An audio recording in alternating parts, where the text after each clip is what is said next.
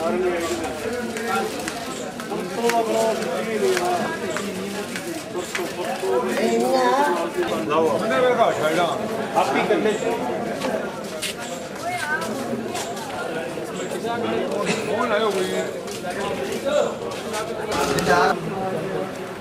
के बाद जो चीज़ सामने उभर के आई है, जो विचार किया जाएगा, जो प्रपोजल जाएगा, इसके बारे में आपको अच्छी बता देते हैं।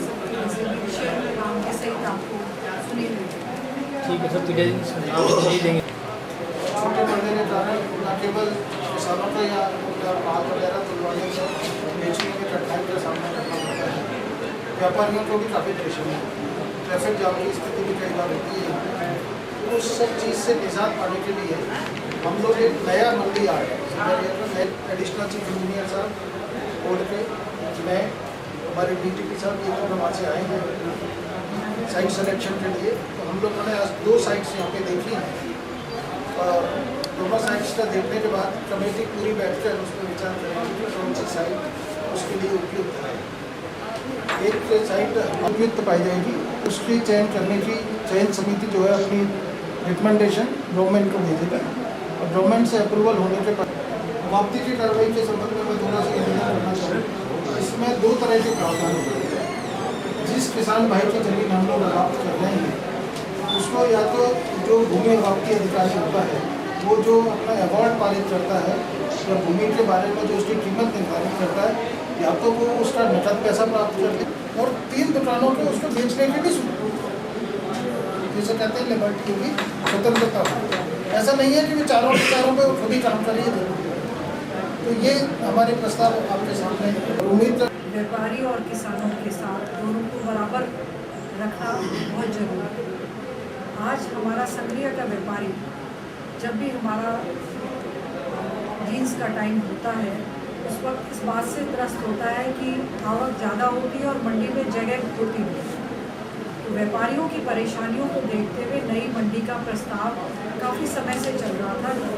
मंडी के अंदर पेड़ भी नीचे है, बारिश का पानी आने से या किसी भी वजह से वहाँ पानी होता उससे हमारे को नुकसान हो, हमारे व्यापारी भाई काफ़ी परेशान हैं। ऐसी स्थिति में कृषि उपज मंडी नई बने, नया मंडी यार्ड बने, ये हमारी एक बहुत बड़ी ज़रूरत थी और है आज की तारीख में। ऐसे समय में जो ज़मीन की उपलब्धता है वो भी बहुत कठिन है। एक किसान अपनी ज़मीन बहुत मुश्किल से देता है इन सब कामों को।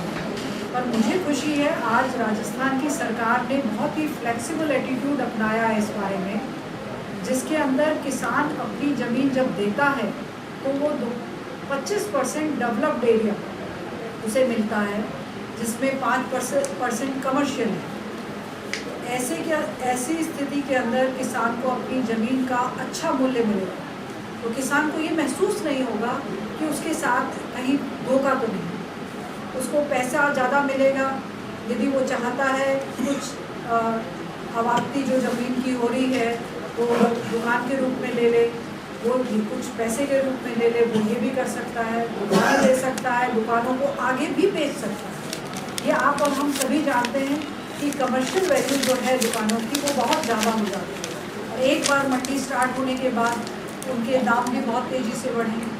ऐसे में मैं तो समझती हूँ मेरा किसान राजी रहेगा, क्योंकि हम उसको उचित मूल्य दिलाने का प्रयास करें। कृषि उपज मंडी समिति संडरिया के नए यार्ड के लिए भूमि चयन का कार्य आज किया गया है।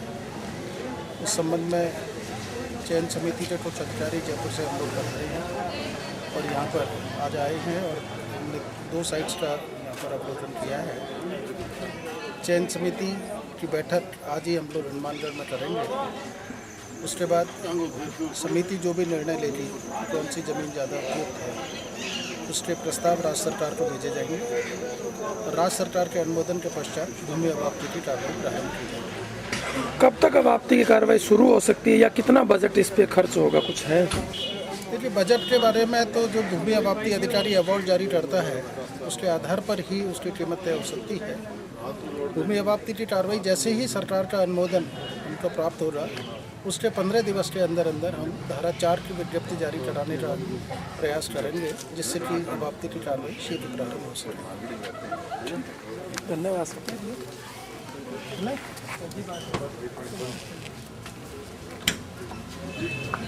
पेंशन है, रोडवेज बस पास है, रेल बस पास है, विभाग की योजनाएं हैं, उन सभी के द्वारा प्रत्येक व्यक्ति को लाभान्वित करने का माननीय मुख्यमंत्री जी की एवं वर्तमान में 1 अगस्त से 31 अगस्त तक जो शहरी सर्वे करवाया गया है, उसमें चयनित विशेष योग्यजनों माननीय विधायक महोदय एवं सम्मानित मंच से रिक्वेस्ट करूंगा कि मां सरस्वती के सामने दीप प्रज्वलित कर कार्यक्रम की विधि सुझाव हमें देवें और ज़्यादा से ज़्यादा अपन किस और मार्गदर्शन हमें प्रदान करें, ताकि ज़्यादा से ज़्यादा विभाग की योजनाओं से कि वो दूसरा सो आपने कम ना समझ थे बात।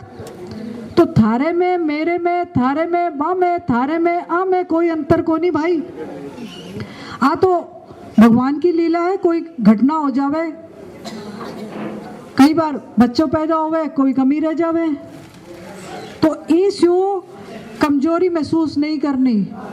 आ भाई लोग, आ अपना अफसर ई खातिर ही आया है अठे बैठर कैंप लगावा कि थाने मजबूती देवा जो चीज नहीं है। जो भाई साइकिल चला सके बिने साइकिल दे सिया, कोई आ कोनी कि भाई कोई आ गयो और कोई लेट आयो तो बिने नहीं मिलसी, सगला ने मिलसी। टाइम पे आ जाओ चाहे लेट आओ, पर टाइम जो कैंप को है भी में आसियो सगला ने दे सिया, कमी वाली बात को नहीं। अब हो सके भाई लोग कह देवे कि कमी पड़ सके तो फिर क्या हो सी। पहली बात तो आ को नहीं कमी पड़वा देवे, क्यों भाई नहीं पड़वा देवे। मान लो पड़ जासी, मैं दे देसी पीसा, मैं मंगा देसी थारी खातिर। आपने हल्के संग्रिया टिब्बी को आज अठे संग्रिया को कैंप है, परसों आपने टिब्बी को है, सॉरी कल ही है, काल आपने टिब्बी को है। मैं थाने एक बात कहना चाहूँ, कोई भी भाई जी में कोई चीज की कमी है, माने जो सहायता में दे सका आज दे सिया। और ई मंच से कहना चाहूँ वीडियो साहब इन सब भाई लोगों की बीपीएल कार्ड बनने चाहिए। अरे भाई साहब पीछे हो जाओ, जी तुसी ना विच डो ना व्हीलचेयर तक थोड़ा पीछे हो जाइए और थोड़ा पीछे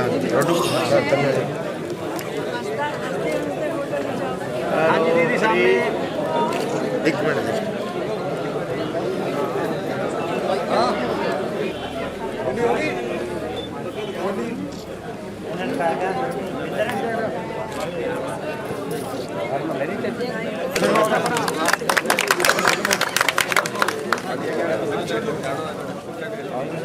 पकड़ो ना, वो इधर देखो, ट्राई साइकिल मिली है, कैसा महसूस कर रहे हो? बहुत अच्छा लग रहा है। बताओ कैसा महसूस कर रहे हो? साइकिल मिलने पर बहुत अच्छा। और राम प्रताप, दिक्कत हुआ करती थी, इंद्रराज कुमार, विजय कुमार, अहमदाबाद, हेमंत कुमार, बलविंदर सिंह। सरकार की योजना के बारे में क्या सोचती है जो योजना चला रही है? बहुत अच्छी है। परमजीत, क्या नाम है आपका? वेद प्रकाश, सुखपाल सिंह, राज, बीना रानी, राजेंद्र सिंह, जसपाल कौर। राजस्थान की कल्याणकारी गहलोत सरकार के द्वारा आज हमारे संग्रिया में कृषि उपज मंडी परिसर के अंदर हमारे विशेष योग्यजन लोगों को ट्राईसाइकिल और व्हीलचेयर, बैसाखी, ये चीज़ें बांटी गई हैं। जो भी विशेष योग्यजन हैं इसकी पात्रता रखते हैं, यहाँ पे किसी चीज़ की कमी नहीं है। यदि ट्राईसाइकिल कम भी पड़ गई तो ये तय किया गया है कि ये और मंगा दी जाएगी। और सभी पात्र लोगों को ये सुविधा उपलब्ध कराएं। दूसरी बात, जो हमारी कल्याणकारी सरकार ने विभिन्न योजनाएं बच्चियों के लिए या अनाथ बच्चों के लिए या विकलांग भाइयों के लिए दी हैं, उनका विस्तार से इन लोगों को समझाया गया है अपनी लोकल भाषा के अंदर, बागड़ी में और पंजाबी में, ताकि इन लोगों को समझ में आए ये चीज़ कि इनकी पात्रता कहाँ कहाँ है। और मैं समझती हूँ यह चीज़ बहुत ज़रूरी है। जब तक जनता को ये पता नहीं लगेगा कि वो किस चीज़ के, उनको सरकार ने क्या क्या अधिकार दिए हैं, ये गहलोत सरकार कितने कल्याणकारी काम कर रही है, जनता को इस चीज़ का पता लगे और हम वो चीज़ें मुहैया कराएं, अधिकारी इसमें सहयोग दें, तभी जन कल्याण पूरा होगा।